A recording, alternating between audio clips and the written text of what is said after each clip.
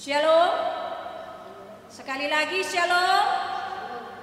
Bapak Ibu jemaat, baik yang berada di gereja maupun yang berada di rumah masing-masing, saya undang kita semua bangkit berdiri. Kita akan bersaat teduh sejenak untuk memulai ibadah Jumat Agung pada hari ini. Kita saat teduh.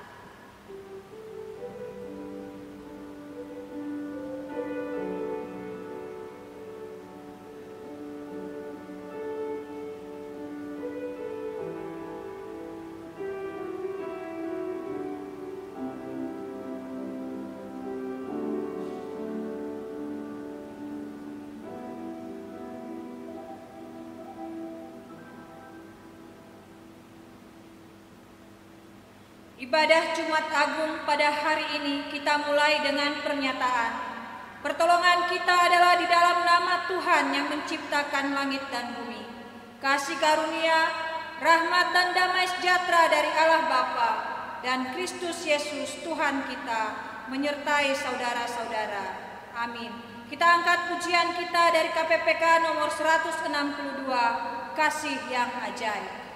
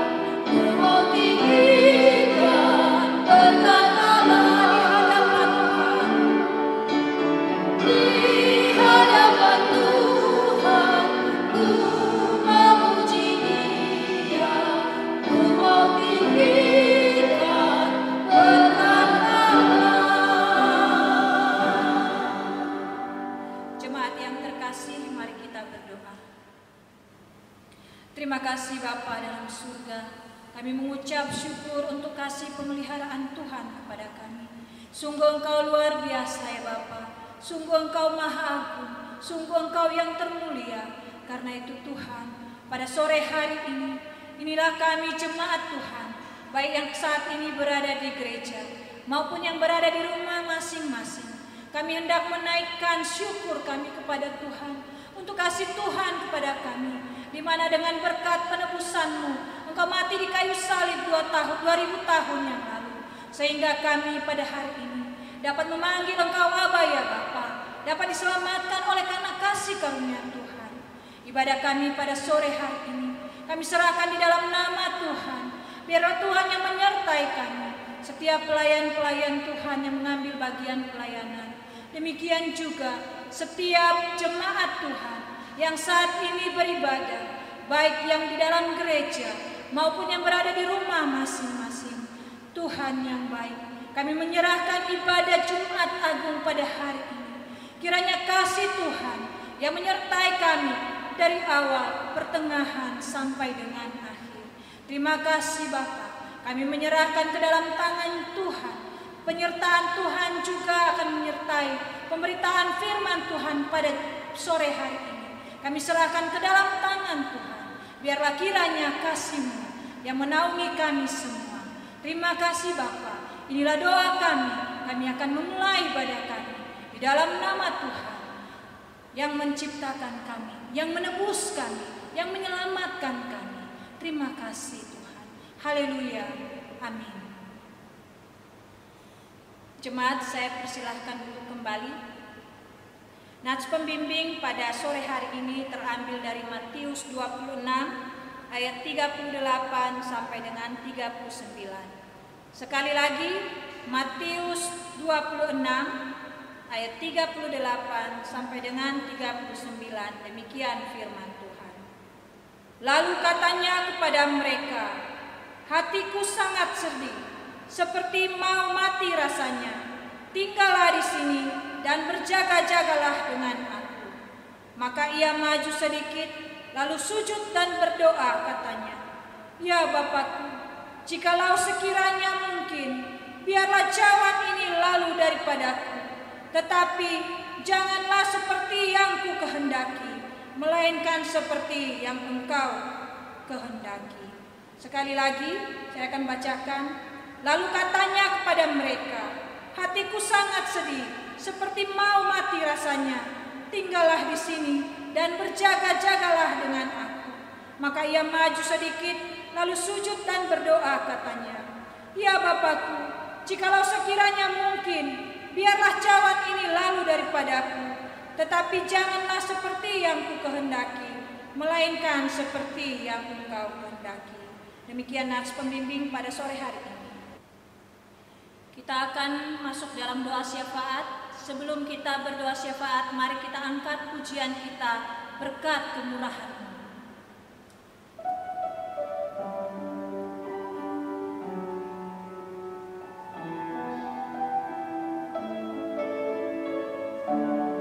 Kau hiasi kehidupanku.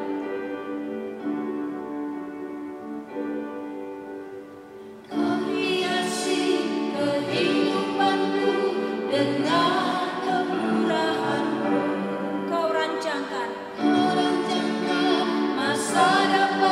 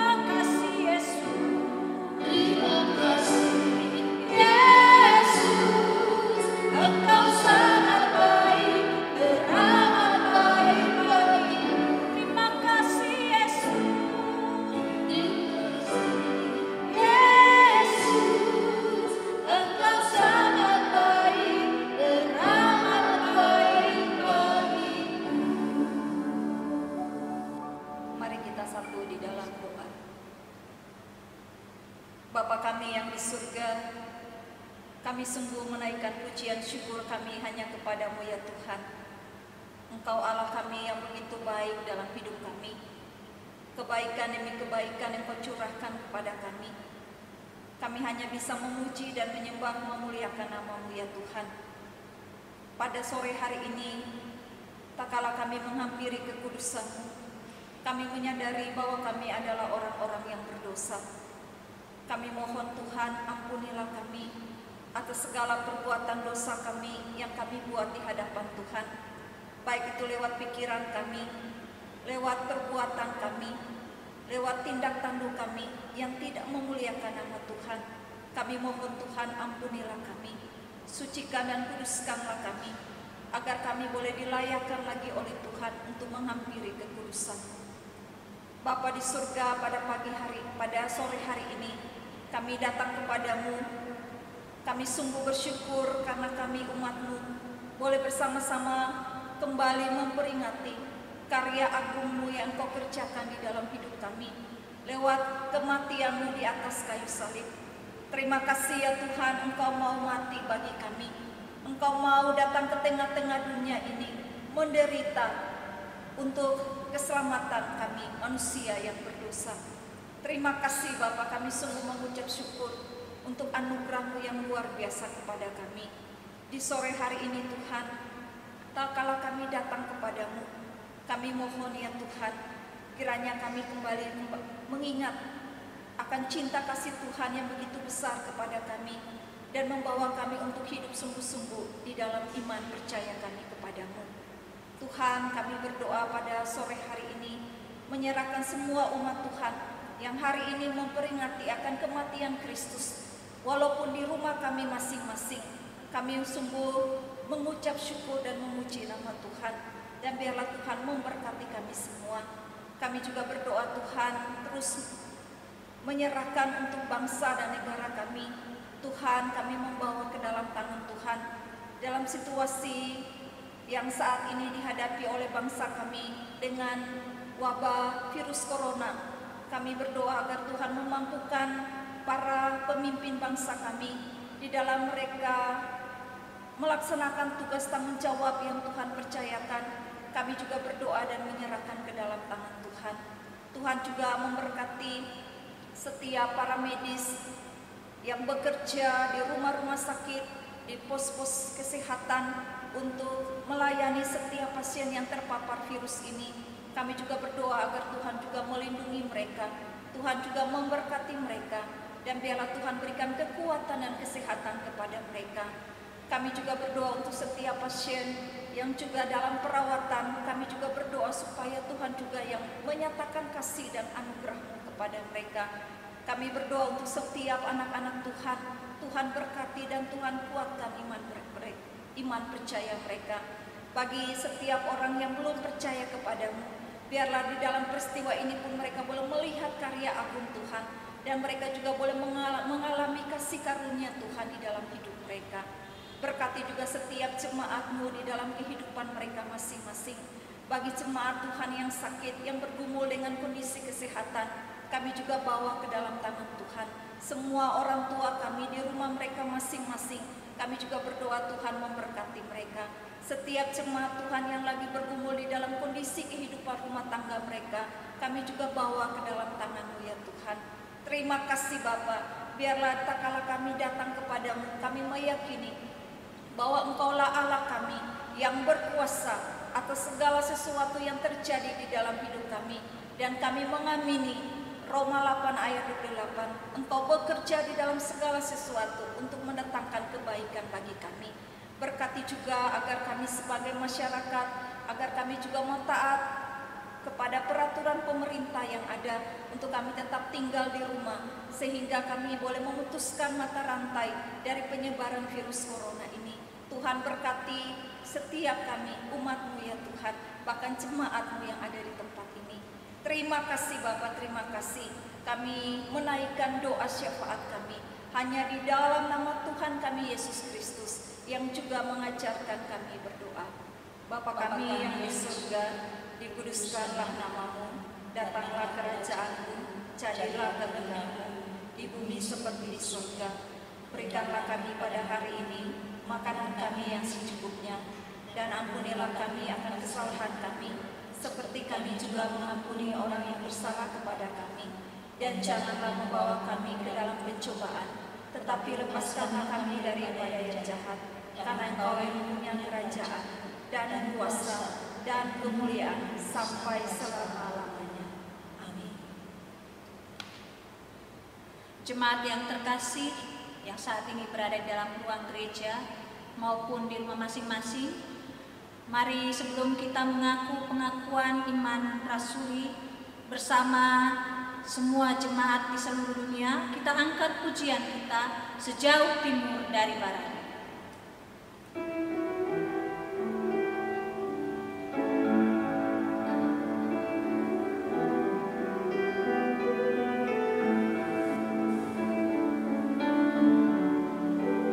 Katakan sejauh timur dari barat. Sejauh timur dari barat Engkau membuang dosa. Tiada kau ingat lagi pelanggaran, jauh ke dalam tubir laut. Jauh ke dalam tubir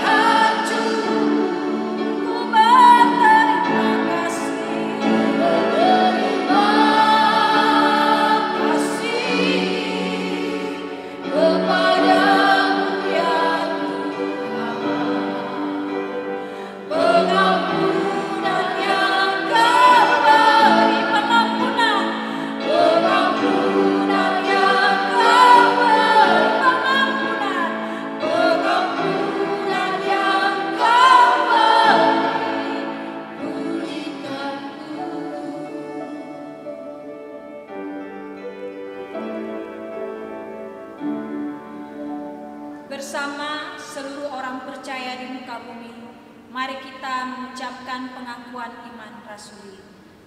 Aku percaya kepada Allah, Bapa yang Maha Kuasa, Khalik langit dan bumi, dan kepada Yesus Kristus, Anaknya yang tunggal Tuhan kita, yang dikandung dari Roh Kudus, lahir dari anak darah Maria, yang menderita sengsara di bawah pemerintahan Pontius Pilatus, disalibkan, mati dan dikuburkan, turun ke dalam kerajaan Allah.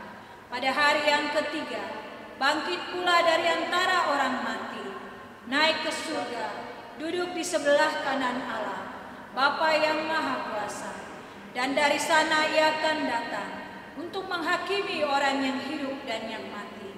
Aku percaya kepada Roh Kudus, gereja yang kudus dan am, persekutuan orang kudus, pengampunan dosa, kebangkitan tubuh, dan hidup yang kekal. Amin. Bacaan bertanggapan pada hari ini terambil dari Matius 27 ayat 45 sampai dengan 56. Saya akan membacakan ayat ganjil. Bapak Ibu baik yang ada di ruang gereja maupun yang ada di rumah masing-masing akan membacakan ayat genap. Dan nanti pada akhir kita akan bersama-sama membacakannya. Matius 27 ayat 45 sampai dengan 56. Yesus mati mulai dari jam 12 kegelapan meliputi seluruh daerah itu sampai jam 3. Kira-kira jam 3 berserulah Yesus dengan suara nyaring, Eli, Eli, lama sabachthani, artinya, Allahku, Allahku, mengapa engkau meninggalkan aku? Mendengar itu, beberapa orang yang berdiri di situ berkata, ia memanggil Elia. Dan segeralah datang seorang dari mereka, ia mengambil bunga karam, mencelupkannya ke dalam anggur asam, lalu mencucukkannya pada sebatang bulu dan memberi Yesus minum. Tetapi orang-orang lain berkata, jangan, baiklah kita lihat, apakah Elia datang untuk menyelamatkan dia. Yesus berseru pula dengan suara nyaring, lalu menyerahkan nyawanya. Dan lihatlah, tabir bait suci terbelah dua, dari atas sampai ke bawah, dan terjadilah gempa bumi, dan bukit-bukit batu terbelah. Dan kuburan-kuburan terbuka, dan banyak orang kudus yang telah meninggal bangkit. Dan sesudah kebangkitan Yesus, mereka pun keluar dari kubur, lalu masuk ke kota kudus, dan menampakkan diri kepada banyak orang. Kepala pasukan dan prajurit-prajuritnya yang menjaga Yesus menjadi sangat takut ketika mereka melihat gempa bumi dan apa yang telah terjadi. Lalu berkata, sungguh ia ini adalah Anak Allah. Dan ada di situ banyak perempuan yang melihat dari jauh, yaitu perempuan-perempuan yang mengikuti Yesus dari Galilea untuk melayani Dia bersama-sama. Di antara mereka terdapat Maria Magdalena dan Maria ibu Yakobus dan Yusuf dan ibu anak-anak Zebedeus. Bapak Ibu jemaat sekalian, kita akan mengumpulkan persembahan yang terbaik yang kita miliki. Kita akan menyerahkan untuk pelayanan pemberitaan firman Tuhan di gereja kita di tempat ini. Nah, karena itu mari kita bersama-sama sebelum kita mengumpulkan persembahan kita angkat pujian dari KPPK nomor 49, Ku bersyukur Ia tebusku.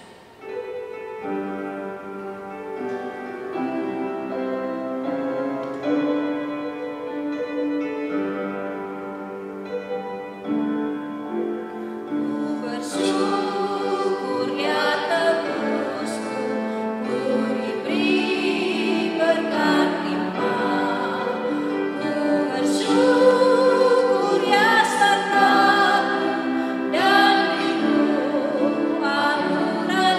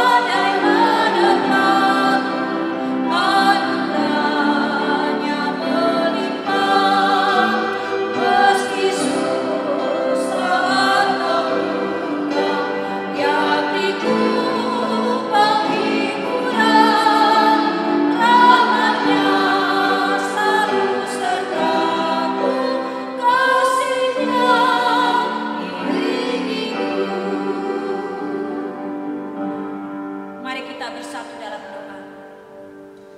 Terima kasih Tuhan untuk pemeliharaan Tuhan. Kami bersyukur untuk kasih Tuhan yang luar biasa dalam kehidupan kami. Ini kami anak-anak Tuhan, kami telah memberi yang terbaik yang kami miliki. Kami menyerahkan kembali ke dalam tangan Tuhan berkat-berkat yang Tuhan beri kepada kami. Kiranya karena kasih-Mu, apa yang telah kami bawa, baik sebagai persembahan syukur, baik sebagai persembahan perpuluhan, baik sebagai persembahan lainnya Bapa, kami serahkan ke dalam tangan Tuhan. Kiranya persembahan kami ini dapat menjadi persembahan yang berbau harum untuk memuliakan Tuhan, dan agar kiranya tangan-tangan yang mengelola, yang membuat persembahan ini untuk pos-pos, untuk kegiatan-kegiatan yang berguna bagi gereja kami di tempat ini, Engkau memberkati mereka, agar segala kegiatan melalui apa yang telah kami beri adalah kami persembahkan untuk kemuliaan nama Tuhan. Terima kasih Bapa yang baik, kami bersyukur untuk semua hal di dalam kehidupan kami. Haleluya, amin. Kita akan mendengar firman Tuhan. Sebelumnya saya undang semua jemaat baik yang di dalam gereja maupun yang ada di rumah masing-masing, mari kita bangkit berdiri. Kita akan menyanyikan pujian ini dengan penuh doa, dengan penuh syukur kita, dengan penuh penyesalan kita, pengakuan dosa kita. Kita angkat pujian dari Kidung Jemaat nomor 29, Di Muka Tuhan Yesus.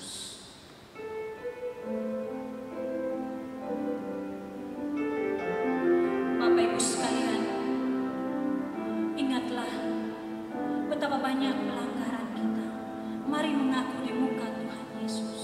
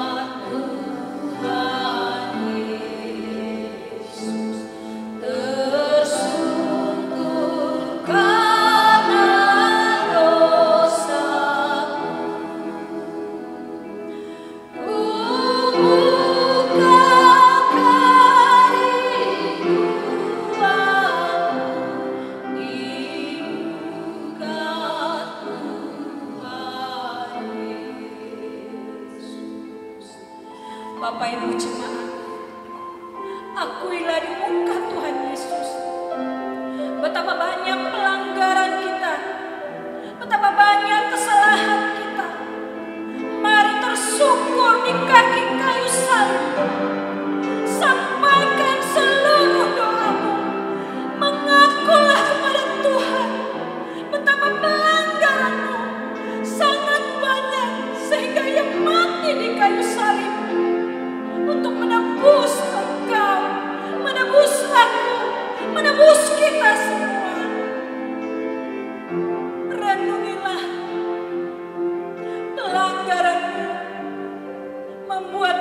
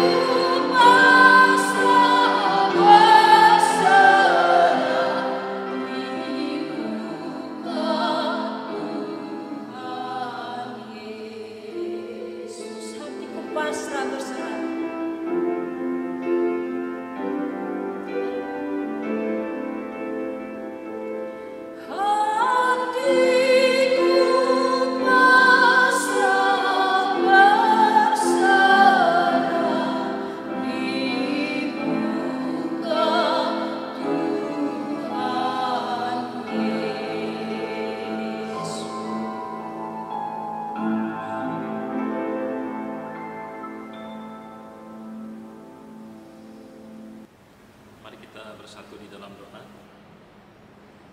Bapa di surga, Allah yang penuh dengan rahmat, Allah yang setia menuntut kami hingga pada hari ini. Hari ini, di hari Jumat Agung, kami mengingat akan kasih setia Tuhan yang luar biasa. Engkau sangat mengasihi kami, Engkau mati bagi kami manusia yang berdosa. Dan hari ini di tengah-tengah mengingat akan cinta kasih itu Tuhan, kami tertunduk di hadapan-Mu, mengakui bahwa sampai pada hari ini kami masih banyak melakukan kesalahan di hadapan Tuhan. Namun hati kami juga penuh dengan syukur kepada Tuhan, karena Tuhan senantiasa menyiapkan firman Tuhan untuk menuntun arah langkah kehidupan kami, supaya kami tahu berjalan di tempat yang benar, supaya kami tahu, supaya hidup kami ini menyenangkan hati Tuhan. Oleh sebab itu Bapa, di saat sore ini kami rindu Engkau berfirman lagi kepada kami, menolong kami, mengarahkan kami, supaya hidup kami makin menyenangkan hati Tuhan. Berkati kami dimanapun kami berada di saat kami membaca dan merenungkan firman-Mu, dan juga untuk hamba-Mu yang akan menyampaikan, urapi dengan kuasa yang daripada-Mu, hingga nama Tuhan dipuji dan dipermuliakan. Terima kasih Bapa, berfirmanlah kepada kami sekalian, di dalam nama Tuhan kami Yesus Kristus. Amin. Bapak Ibu sekalian yang terkasih di dalam Tuhan Yesus Kristus, hari ini adalah hari yang istimewa di mana kita mengingat cinta kasih Tuhan yang luar biasa di dalam hidup kita. Meskipun kita beribadah di rumah kita masing-masing, tetapi hati kita tetap penuh dengan ucapan syukur karena Tuhan masih memberi kesempatan bagi kita untuk menikmati berkat Tuhan, memuji memuliakan nama Tuhan, juga mendengarkan sabdanya. Mari di sore hari ini kita akan membaca satu bagian firman Tuhan, hanya satu ayat saja yang terambil di dalam surat Paulus kepada jemaat di Galatia, dari Galatia pasal yang ketiga ayat yang ke-13. Hanya satu ayat saja, Galatia pasal yang ketiga ayat yang ke-13. Saya akan membacakan buat kita sekalian, dan Bapak Ibu juga bersama-sama membacakan ayat firman Tuhan ini di tempat masing-masing. Demikian bunyi firman Tuhan. Kristus telah menebus kita dari kutuk hukum Taurat dengan jalan menjadi kutuk karena kita. Sebab ada tertulis, terkutuklah orang yang digantung pada kayu salib. Kita baca sekali lagi, Galatia 3 ayat 13. Kristus telah menebus kita dari kutuk hukum Taurat dengan jalan menjadi kutuk karena kita. Sebab ada tertulis, terkutuklah orang yang digantung pada kayu salib. Demikianlah firman Tuhan yang kita baca pada sore hari ini. Berbahagialah kita yang membaca, merenungkan dan melakukan firman Tuhan dalam hidup kita sehari-hari. Bapak Ibu sekalian yang terkasih di dalam Tuhan Yesus Kristus, ibadah Jumat Agung pada sore hari ini saya berikan tema salib hina nan mulia, atau dalam bahasa sehari-hari salib yang hina, salib yang kotor, tetapi membawa kepada kemuliaan. Bapak Ibu yang terkasih di dalam Tuhan Yesus Kristus, mungkin kita ingat bahwa di dalam hidup kita sebagai orang percaya ada satu lambang yang kita pakai sebagai lambang di gereja kita atau hiasan di kalung kita, yaitu lambang salib. Kalau Bapak Ibu bayangkan lambang ini, kadang-kadang kita berpikir ini hal yang mengerikan, ini hal yang dulu dianggap lambang terkutuk, tetapi sekarang kita pakai sebagai hiasan. Atau coba kita gambarkan seperti ini, hukuman apa yang paling ngeri sekarang ini? Mungkin hukuman tembak, mungkin hukuman di kursi listrik. Bayangkan kalau kita saat ini menggunakan kursi listrik menjadi hiasan kita, atau senjata menjadi hiasan kita, atau kenangan buruk di mana kita mengalami sebuah kepahitan, kemudian itu menjadi hiasan di dalam yang kita pakai sehari-hari. Unik ya, menarik. Nah, salib itu salib yang hina, salib yang kotor, tapi sekarang itu dipakai menjadi sebuah hiasan. Sehingga ada yang berkata bahwa kengerian salib itu sekarang itu menurun. Kengerian salib itu tidak lagi seperti dulu. Nah, Bapak Ibu sekalian yang terkasih di dalam Tuhan Yesus Kristus, di dalam surat Paulus kepada jemaat di Korintus, kita dapat melihat di dalam 1 Korintus 1 ayat yang ke-23, demikian firman Tuhan. Ini adalah kontroversi salib. Saya akan bacakan kepada kita. Tetapi kami memberitakan Kristus yang disalib, untuk orang Yahudi suatu batu sandungan, dan untuk orang-orang bukan Yahudi suatu kebodohan. Bapak Ibu sekalian, menarik sekali kontroversi salib ini, karena di situ ada 3 bagian yang menjelaskan kontroversi atau pandangan tentang salib. Ya, ada 3 bagian, 3 pandangan tentang salib. Bagi orang Yahudi itu batu sandungan, menjadi batu sandungan, atau di dalam terjemahan aslinya berkata, batu sandungan itu ialah memberi kesempatan untuk orang jatuh ke dalam dosa, atau lebih dalam lagi dikatakan seperti ajakan untuk murtad atau sebuah jebakan. Atau ada juga yang menerjemahkan, ini adalah penyebab jatuh dalam hal yang bisa menyinggung perasaan kita. Jadi bagi orang Yahudi sendiri, salib itu adalah sebuah batu sandungan yang membuat mereka terjatuh, yang membuat perasaan mereka merasa hancur, rasanya tidak pas, tidak cocok untuk bagian firman Tuhan ini. Mungkin ini diambil oleh karena pandangan mereka di dalam Ulangan pasal 21 ayat yang ke-23. Ulangan pasal 21 ayat 3 berkata demikian, maka janganlah mayatnya dibiarkan semalam-malaman pada yang itu, tetapi haruslah engkau menguburkan dia pada hari itu juga. Sebab orang yang digantung terkutuk oleh Allah. Janganlah engkau menajiskan tanah yang diberikan Tuhan Allahmu kepadamu menjadi milik pusakamu. Bagian firman Tuhan ada bagian berkata, sebab seorang yang digantung terkutuk oleh Allah. Jadi Bapak Ibu sekalian, hukuman salib bagi orang Yahudi itu betul-betul menjadi sebuah batu sandungan. Karena mereka melihat di dalam Ulangan pasal 21 ayat 23 ini, terkutuklah orang yang digantung di atas kayu salib. Ini pandangan pertama. Nah, sekarang kita lihat pandangan yang kedua. Bagi orang non-Yahudi, bagi orang non-Yahudi dikatakan ini adalah sebuah kebodohan, ya. Atau bisa diterjemahkan tidak masuk akal, atau bisa juga terjemahkan tidak ada alasan untuk kita percaya kepada salib itu. Bagi orang Yahudi batu sandungan, bagi orang non-Yahudi itu adalah sebuah kebodohan, tidak masuk di akal mereka. Bagaimana dengan kita? Kalau kita lihat di dalam surat Paulus kepada jemaat di Korintus yang kita baca tadi, bagi kita orang percaya, bagi Paulus terkhusus pada waktu itu, salib justru adalah di mana dia memberitakan tentang keselamatan itu sendiri.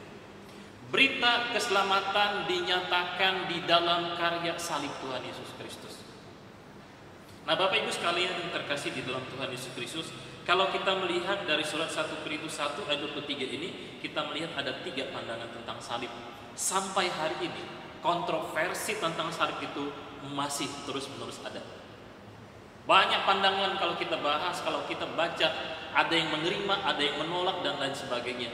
Ada yang berkata salib itu lambang kegagalan dan lain sebagainya. Tetapi kita sebagai anak-anak Tuhan melihat salib itu, betul dia adalah salib yang mengerikan, hina, tetapi membawa kepada kemuliaan. Kemuliaan apa yang ada di dalam salib yang membawa kita kepada anugerah Tuhan, kepada berkat Tuhan?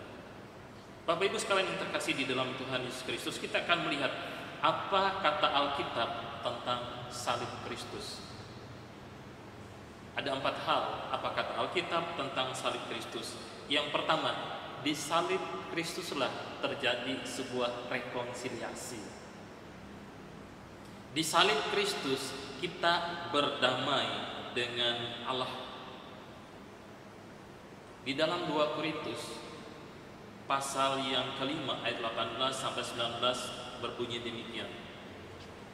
Dan semuanya ini dari Allah yang dengan perantaraan Kristus telah mendamaikan kita dengan dirinya, dan yang telah mempercayakan pelayanan pendamaian itu kepada kami.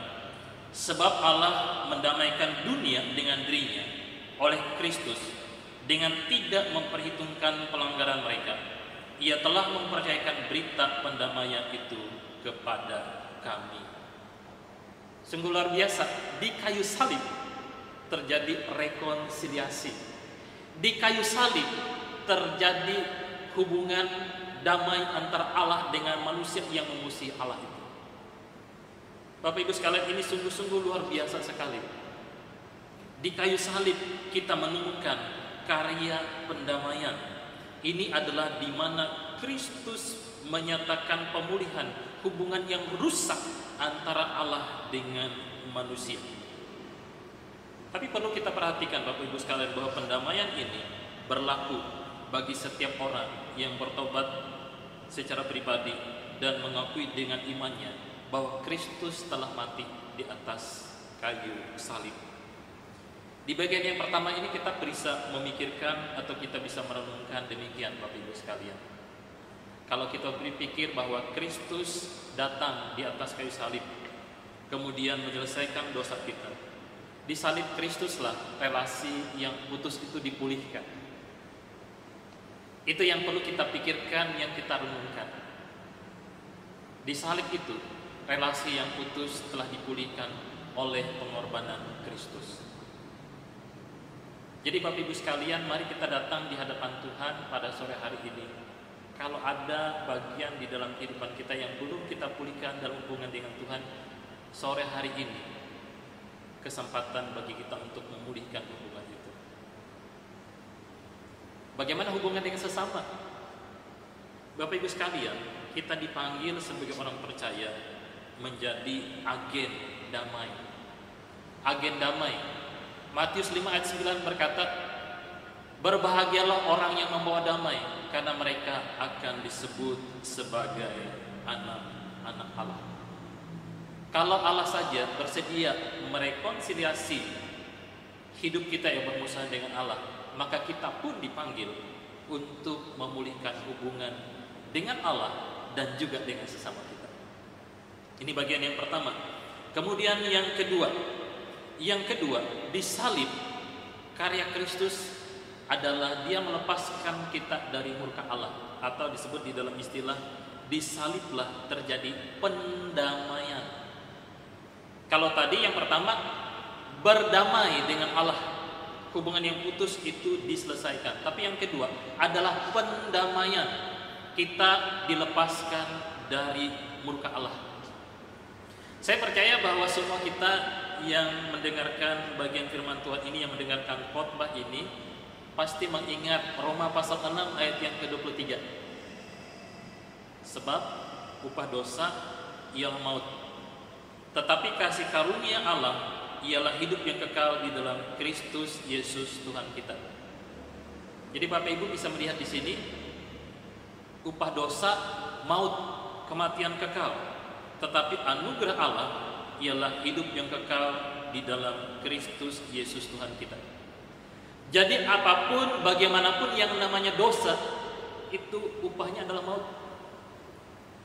Dosa harus menerima penghukuman. Allah kita adalah Allah yang adil dan tidak kompromi dengan dosa. Di dalam Roma pasal 3 ayat yang ke-25, mari kita membaca bersama-sama surat Paulus kepada jemaat di Roma pasal 3 ayat 25 berkata demikian. Kristus Yesus telah ditentukan Allah menjadi jalan pendamaian karena iman dalam darahnya. Hal ini dibuatnya untuk menunjukkan keadilannya, karena ia telah membiarkan dosa-dosa yang telah terjadi dahulu pada masa kesabarannya. Allah kita adalah Allah yang adil. Allah yang adil menghukum dosa manusia. Tetapi di dalam Roma ini dikatakan Allah telah menetapkan Kristus menjadi satu-satunya jalan pendamaian dengan menjadi korban yang dipersembahkan untuk melenyapkan murka Allah. Betapa beruntungnya kita betapa besarnya anugerah Tuhan bagi kita. Ada seorang menuliskan demikian, kematian Kristus itu mujarab, artinya kematiannya sebagai korban pendamaian mengandung khasiat untuk menghasilkan efek penebusan yang penuh yang diinginkan. Dan bila kita menerimanya dengan iman, maka kita akan menerima pendamaian. Itu yang kedua. Yang pertama, berdamai dengan Allah. Yang kedua, di kayu salib terjadi pendamaian. Bapak Ibu sekalian, apa berkatnya bagi kita? Coba hari ini, di hari Jumat Agung ini kita pikirkan, apa sih akibat dosa? Dosa itu sangat mengerikan akibatnya. Kalau kita ingat Roma pasal 6:23 tadi, akibat dari dosa ialah maut.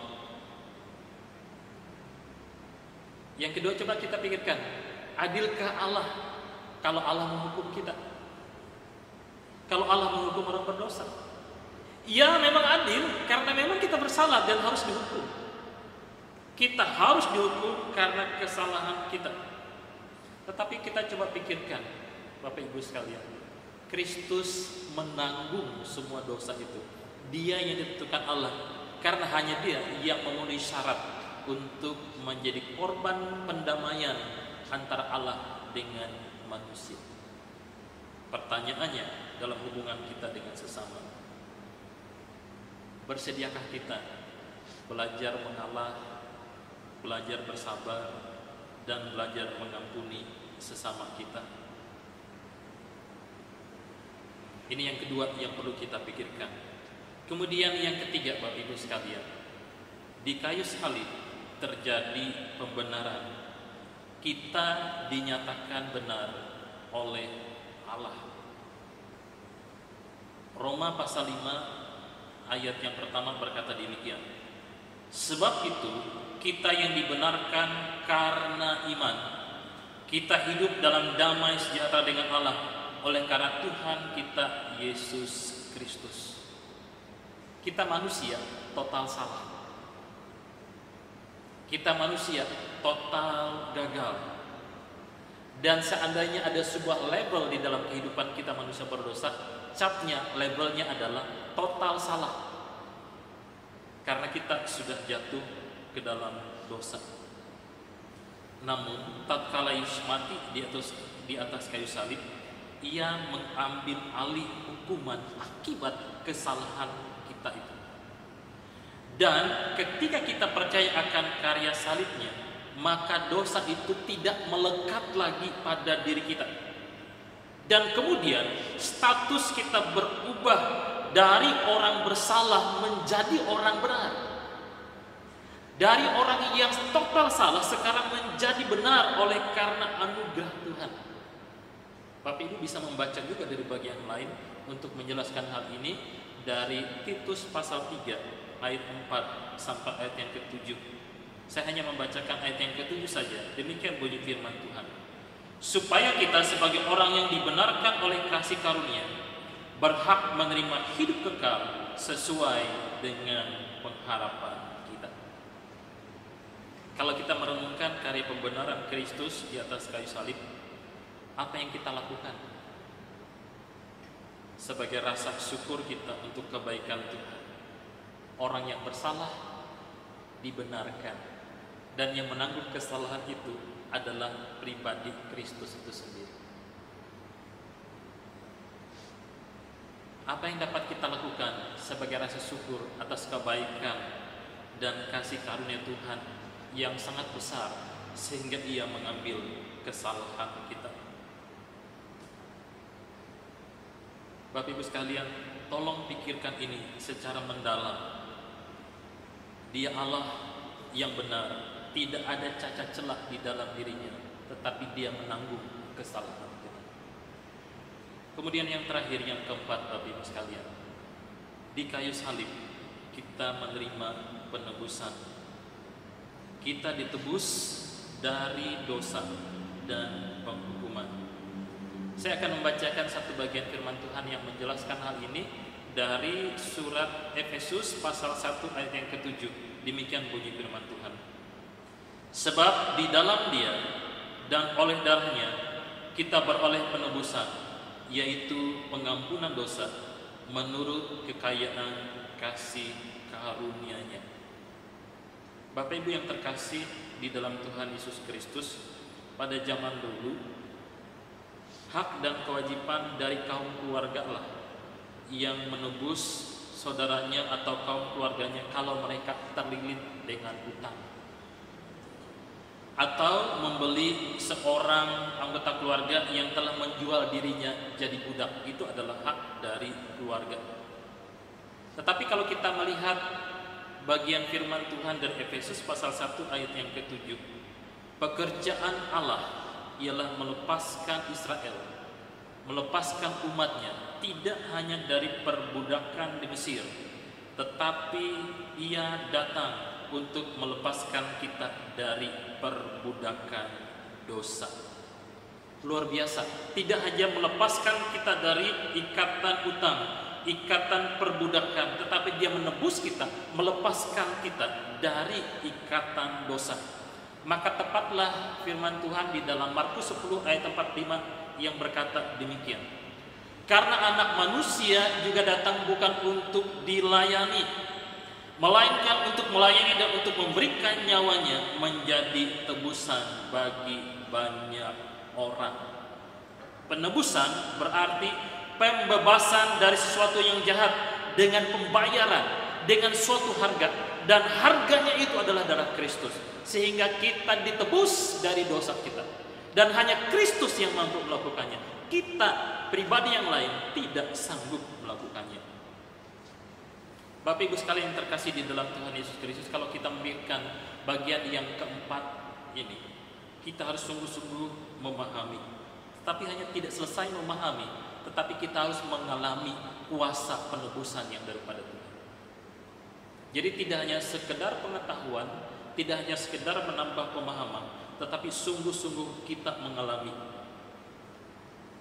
Mari kita menjadi orang yang sungguh-sungguh mengalami hal ini.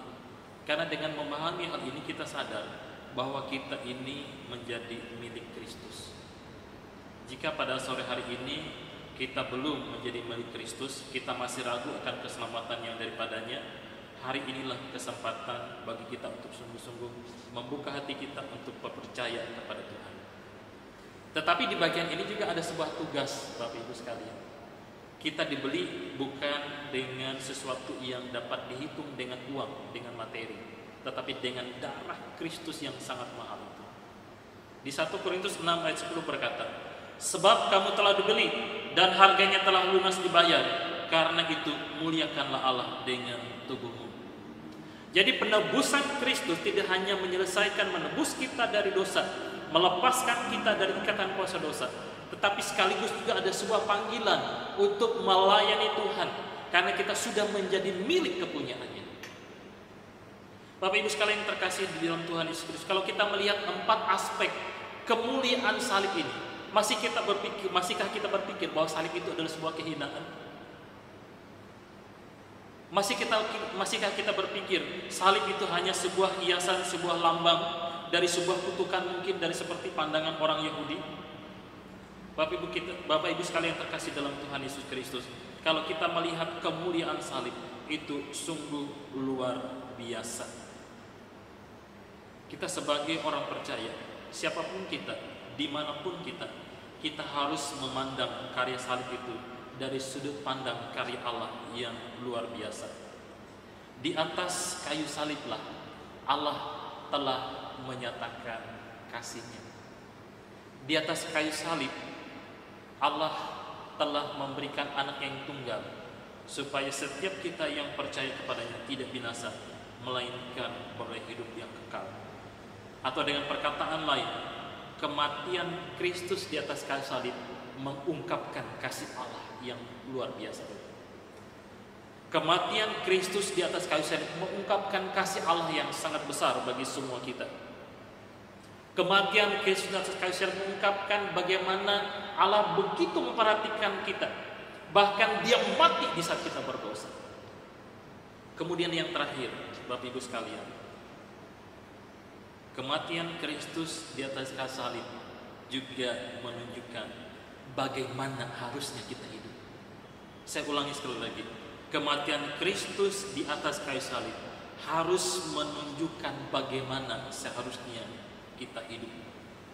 Tuhan Yesus berkata dalam Yohanes 13 ayat 34, Aku memberikan perintah baru kepada kamu, yaitu supaya kamu saling mengasihi, sama seperti aku telah mengasihi kamu. Demikian pula kamu harus saling mengasihi. Kasih di Kalvari menjadi standar bagi kasih kita. Kiranya di hari Jumat Agung ini kita merenungkan karya salib Kristus. Kita berdamai dengan Allah. Kita memperoleh karya pendamaian Kristus.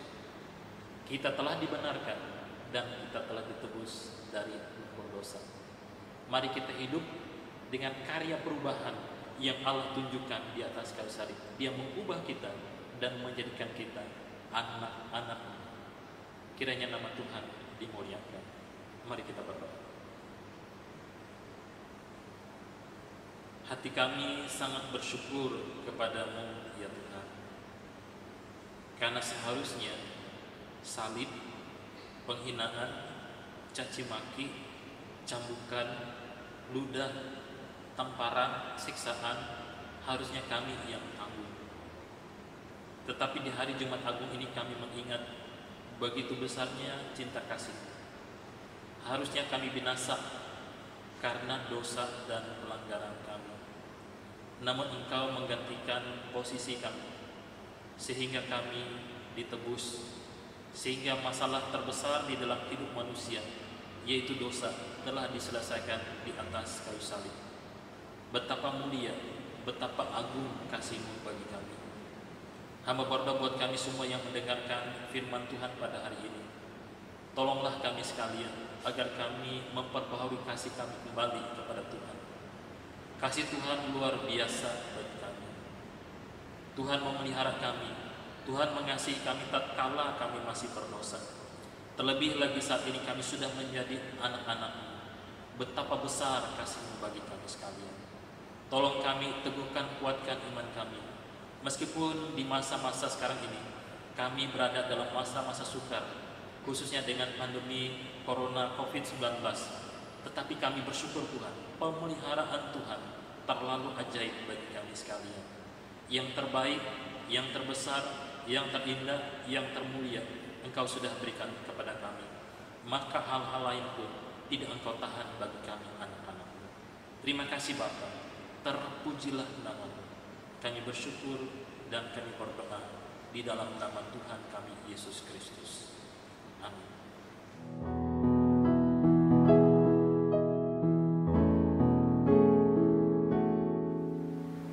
Bapak Ibu sekalian yang terkasih dalam Tuhan Yesus Kristus, di kebaktian Jumat Agung ini kita akan melaksanakan sakramen perjamuan kudus. Perjamuan kudus sangat penting di dalam kehidupan kita untuk mengingat cinta kasih Tuhan yang telah mati di atas kayu salib, tetapi Dia telah bangkit. Dia menang atas kuasa maut. Perjamuan kudus juga mengingatkan kita bahwa kita ini adalah anggota tubuh Kristus dan Kristus adalah kepalanya.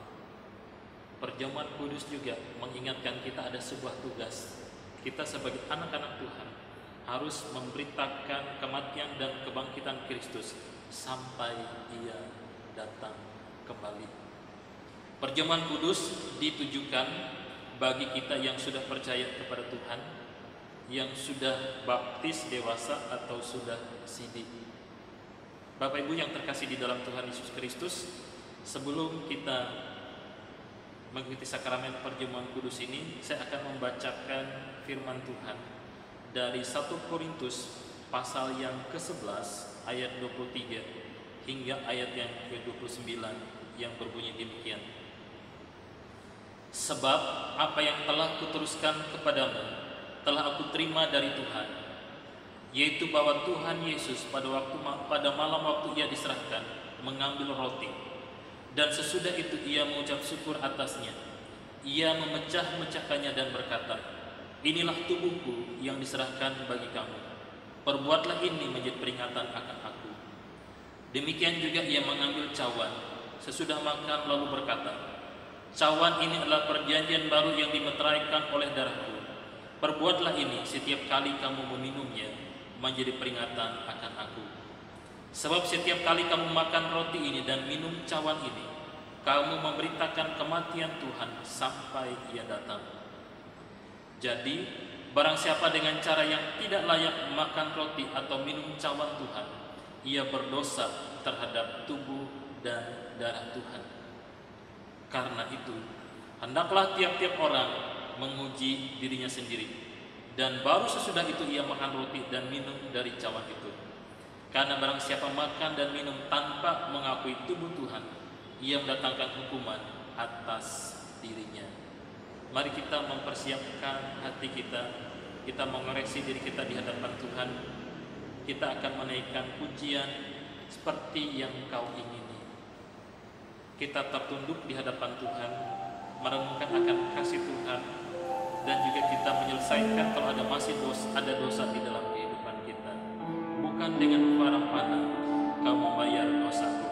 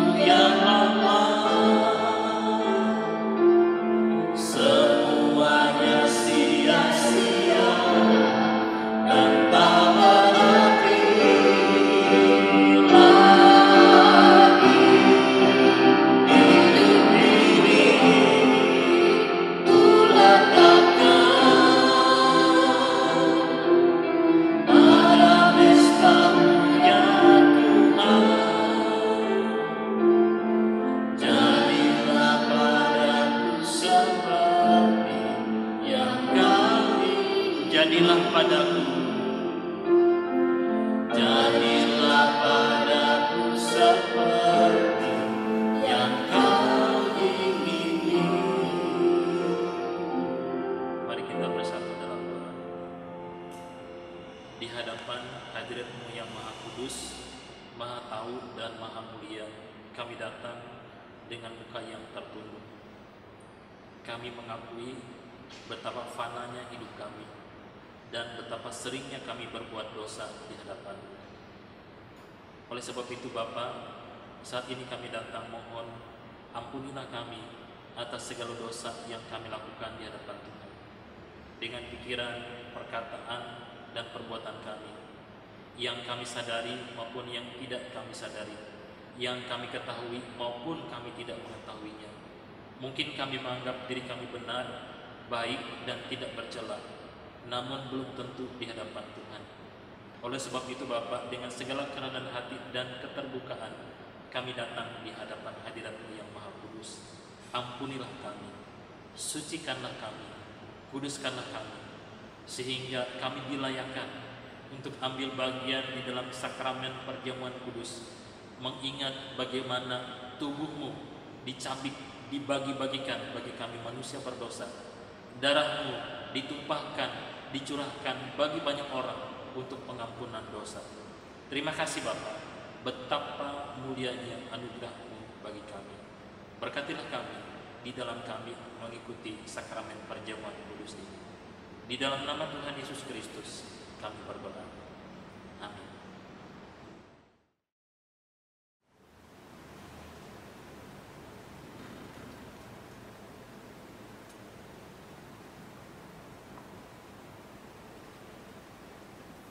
Pada waktu Yesus berkumpul di malam hari dengan murid-muridnya, Dia mengambil roti, memecah-mecahkannya dan berkata, "Inilah tubuhku yang dipecah-pecahkan bagi kamu.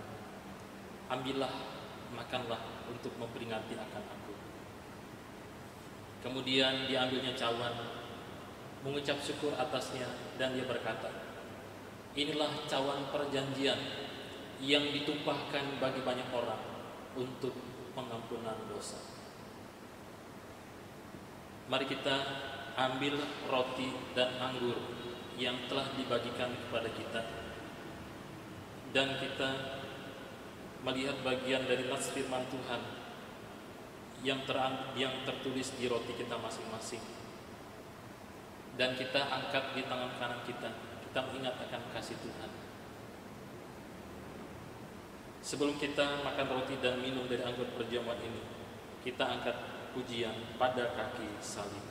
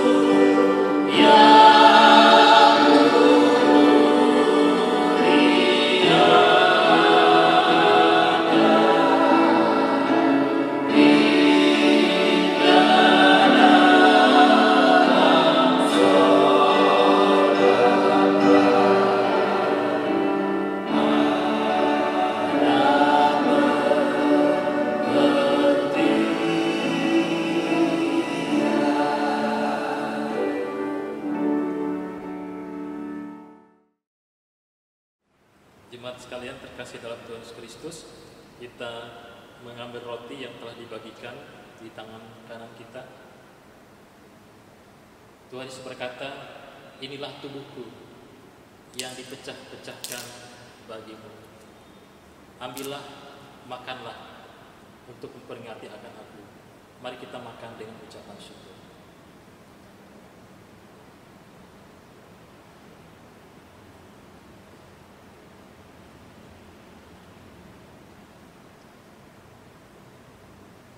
Mari kita angkat cawan perjamuan di tangan kanan kita. Tuhan Yesus berkata, inilah darahku yang ditumpahkan bagi banyak orang untuk mengampuni dosa. Mari kita minum untuk memperingati akan Tuhan. Mari kita minum bersama dengan ucapan syukur.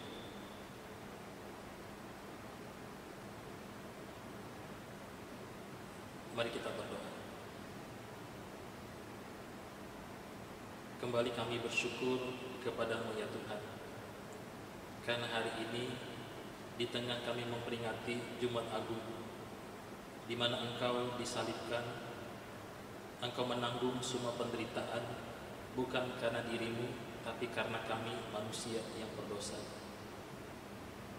Darah-Mu tercurah, tubuh-Mu terluka, dicambuk, dihina, dicaci maki, diludahi, bukan karena kesalahan Tuhan, namun karena kesalahan kami.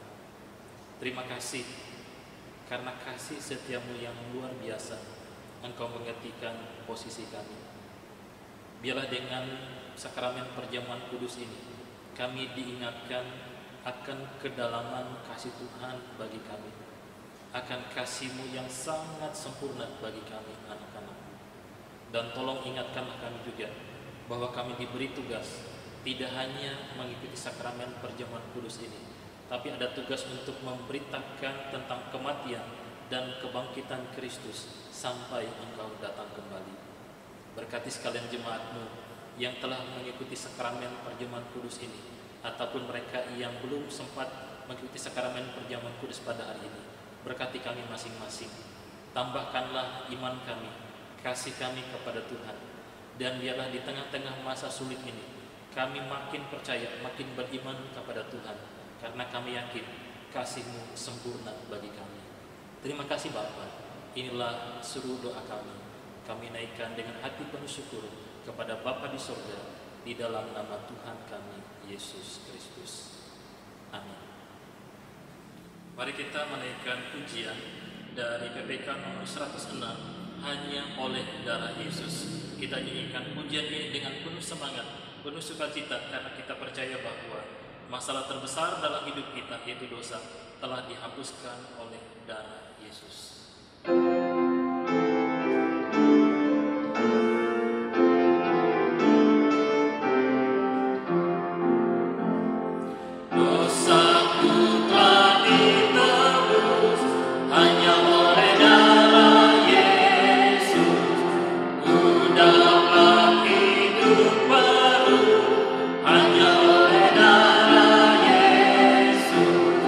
Oh, darah yang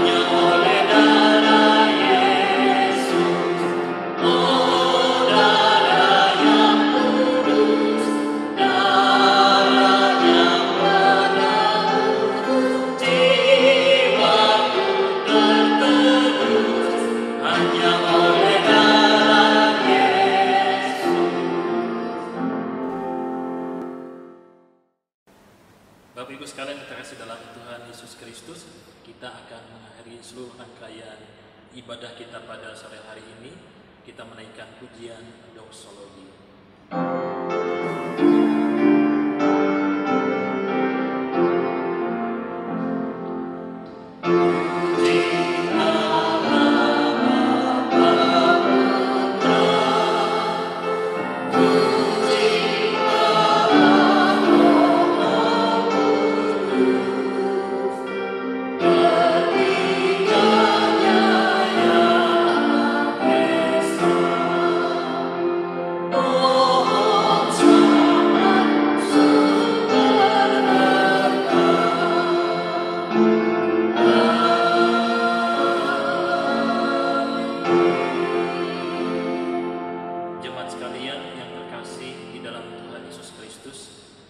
Hiduplah di dalam damai sejahtera Tuhan. Jadilah saksi yang setia dan benar dimanapun engkau berada. Lakukanlah firman Tuhan yang sudah engkau dengarkan, dan sekarang arahkanlah hatimu untuk menerima berkat kekal dari Allah Tritunggal.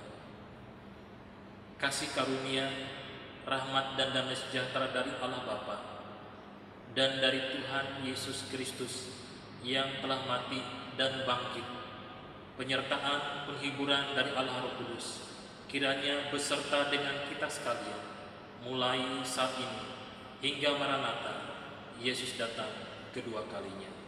Amin.